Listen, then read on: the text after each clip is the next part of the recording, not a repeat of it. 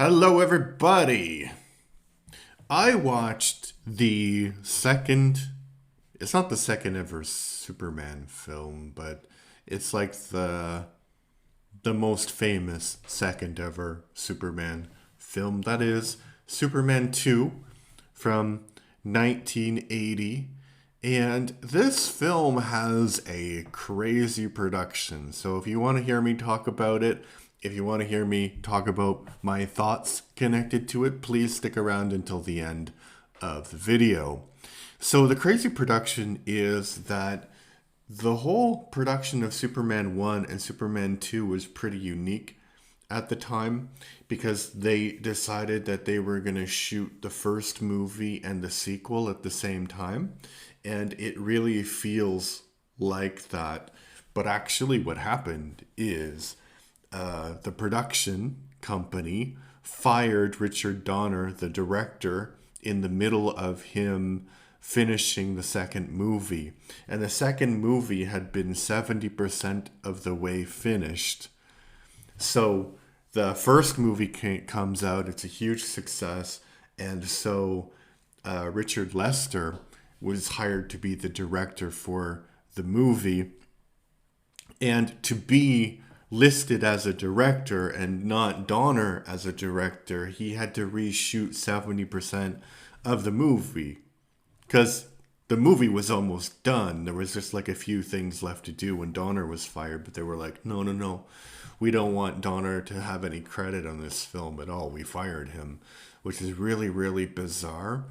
And does that hurt the movie? I think for sure it doesn't help the movie at all. The movie stars Christopher Reeve as Clark Kent and Superman, of course, Margot Kidder as Lois Lane, and Gene Hackman is back as Lex Luthor. And surprisingly, this story was written by Mario Puzo, who is the guy more famous for The Godfather. So I've written a list of the good things about this movie and the bad things about this movie. So, a bit of a spoiler on how I feel about it. I really didn't like this movie, and I will tell you why. But let's talk about the good things first. First good thing, like with all of these movies, it has a great soundtrack.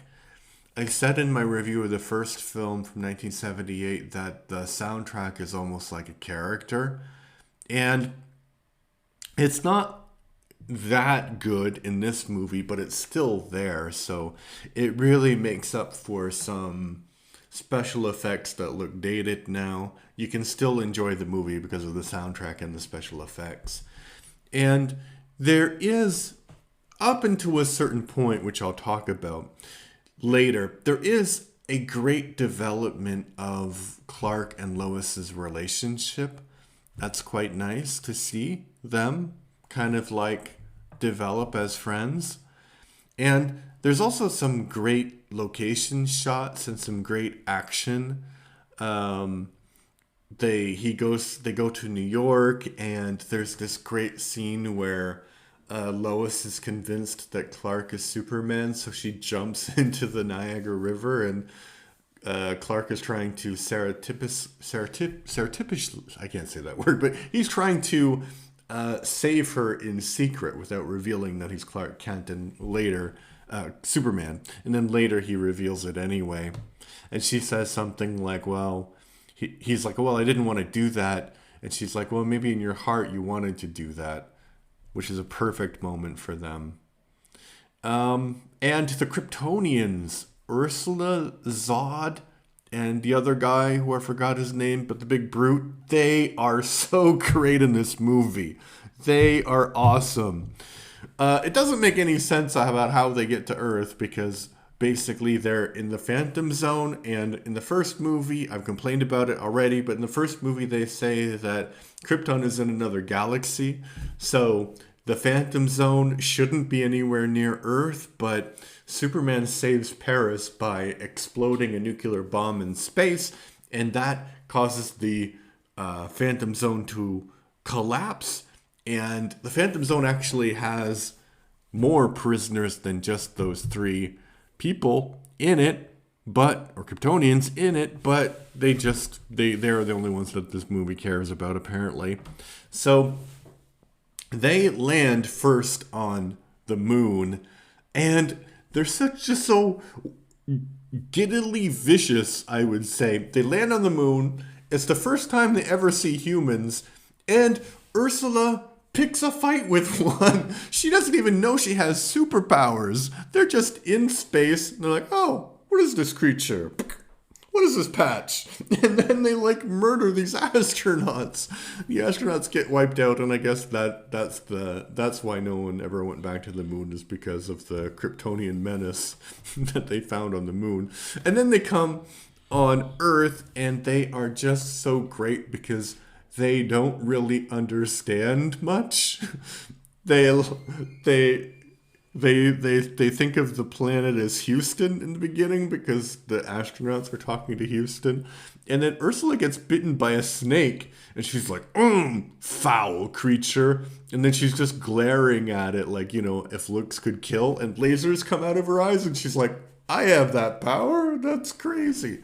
So they are quite good. And of course, the kneel before Zod. The greatest line in Superman fiction and Superman media. That is a great line. Kneel before Zod. Because that's and that part, like the Kryptonians and Clark's developing relationship with Lois should have been the focus of this movie.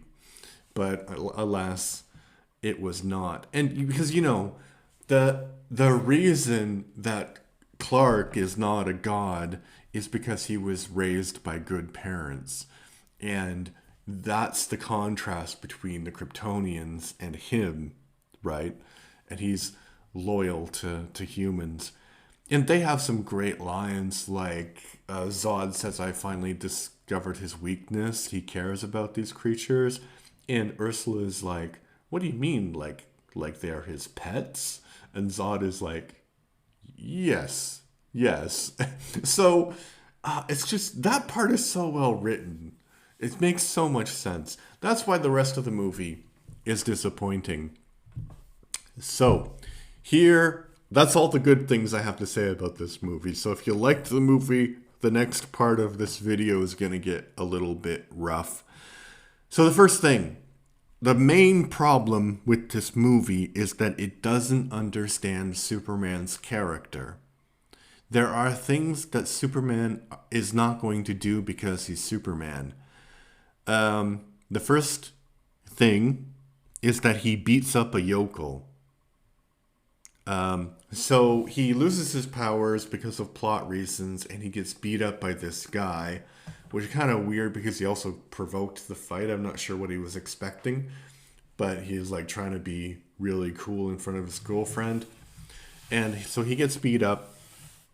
He gets his powers back, and he's trying to hide the fact that he's Superman still. But he goes in this bar, he finds the locals, and he uses his powers to beat him up. Superman wouldn't do that. Superman is not a person who craves vengeance, right? Which would be a contrast between him and the other Kryptonians, because they're all about vengeance, and he shouldn't want it. But that's not the worst thing he does in this movie. You remember in the first movie where he literally caused the Earth to go into some time warp because he was flying so far back in the past, or so quickly back, that he made the Earth rotate? And I know that's weird, and I know that's a very odd thing to happen, but it happens in the first movie. And the reason it happens is because Lois dies. And so the movie is showing us that he really cares about Lois and he really loves her. What does he do in this movie? So his dead ghost mom said that he couldn't be with humans, so He needs to get rid of his powers. He doesn't ask any questions about this. He just accepts it. So he steps in this chamber, gets rid of the powers, and then he discovers that there are 3 Kryptonians on the planet wreaking havoc, and he's like, oh no, I gotta get my powers back. So he gets his powers back, he defeats the Kryptonians, and then the last scenes are him talking to Lois, Lois being really upset because they can't be together. Like, why not? Like, canonically in comics, they're together all the time. And so, because Clark doesn't want Lois to feel bad, he lobotomizes her. He lobotomizes her. Like, it's crazy. It's crazy. So, yeah. Those are the main problems with this film, but there are some other problems as well. And this is not some of these are not necessarily specific to this movie. They're just specific to the Superman character and other kind of iterations in the franchise. So there's not enough time spent with Lois falling for Clark because, you know, Superman and Lois, Clark and Lois are like the most iconic couple in all of comic books, I think, apart from Gwen and Peter. But so I think that you need to show that Lois actually cares for Clark as well, not just Superman, because obviously she's attracted to Superman as well. But when she figures out that it's the same guy, that kind of makes the whole Clark character not real. And the weird thing is that Clark is actually really Superman, because he's an adopted human. He's an adopted Kryptonian. He's culturally human. So the Clark persona is not an alter ego. It's really him, right? And Kal-El is just who he is biologically, right? He can do all of these things because of his biology, but that's not who he is. So his heart and all of that is in Clark. So she should fall in love with Clark. And she should be a bit conflicted because she's also attracted to Superman. And then she figures out they're same people. Oh, great. I can love both because it's the same person. But that doesn't happen in this movie. The other thing, and the movie's quite long, I think it's 2.5 hours, but they don't really spend any time showing why Lois and Clark are good reporters. And that's the thing too. So I said that Clark lobotomizes Lois to get her to forget the fact that he's Superman. But unless he's given her severe brain damage, which is even worse, Lois is one of the best reporters on the planet. She's going to figure it out again and again and again and again. Are you going to like brainwash her every time that happens, Clark? I don't think so. So that seems really out of character for him. Then there's about 15-minute recap, maybe about 10-minute there's a 10-minute recap of the first film in this film, which is completely unnecessary. I think that it wastes too much time because the first Superman was a huge hit. It was almost as big as Star Wars in 1978. So they remember the movie. Like, they know it was like 2 years ago or whatever, but probably been on television by then. So they probably remember the movie. You don't need to like recap that part. Especially because they recap everything. They recap him like coming to Earth, and it's all with John Williams music, so it's a little bit bearable, but it doesn't make any sense for the rest of the film. Oh, and this is not the worst thing, but as I said, the film should have focused on the Kryptonians and the story of Lois and Clark. But for some reason, Lex Luthor is in this movie, And he doesn't do a bad job because it's Gene Hackman. Like, there's this great moment where he's talking to the three Kryptonians, and they're, of course, threatening to kill him. And he's like, "You can't kill me. I am Lex Luthor, the world's greatest criminal mastermind." And then Superman shows up, and he's like, "Oh, God, thank God, Superman." And then Zod looks at him, and he's like, "Get him!" So that's a great performance, great line, but you really don't need Lex Luthor in this movie at all. And the weird thing is, like, Otis from the first movie is in this for like 2 minutes, and Miss Tessmacher is in it as well. Doesn't need to be. Doesn't need to be at all. So I think that this movie is an abomination, and I think it's one of the worst Superman media I've seen just because it doesn't understand Superman. And it made a lot of money too. And I'm sure that 3 and 4 are even worse, but I think right now this is when the 1978 version of the franchise died. Died right after it was born, because in the first one, it does understand Superman. And it's such a wildly paced movie. Like, the first hour is all about what happens on Krypton, and then you have 30 minutes of what happens on Earth when he's a boy, and then you have him go to the Daily Planet, and you have the great, like, chemistry between Lois and Clark and Superman. Yeah, so it's a great introduction to the character. Maybe not introduction, because everybody knew Superman, but it's a great introduction to a blockbuster version of the character. So yeah, this movie's quite disappointing. What do you think? Did you like the movie? Did you hate it? Let me know in the comments what your thoughts are. Yeah, I'm trying to be the most prolific reviewer of all time, which means I'm trying to review at least 15,000 things. My target is 1,000,000. So if you could subscribe to the channel, that means other people could see my reviews. I mean, only if you like what I do.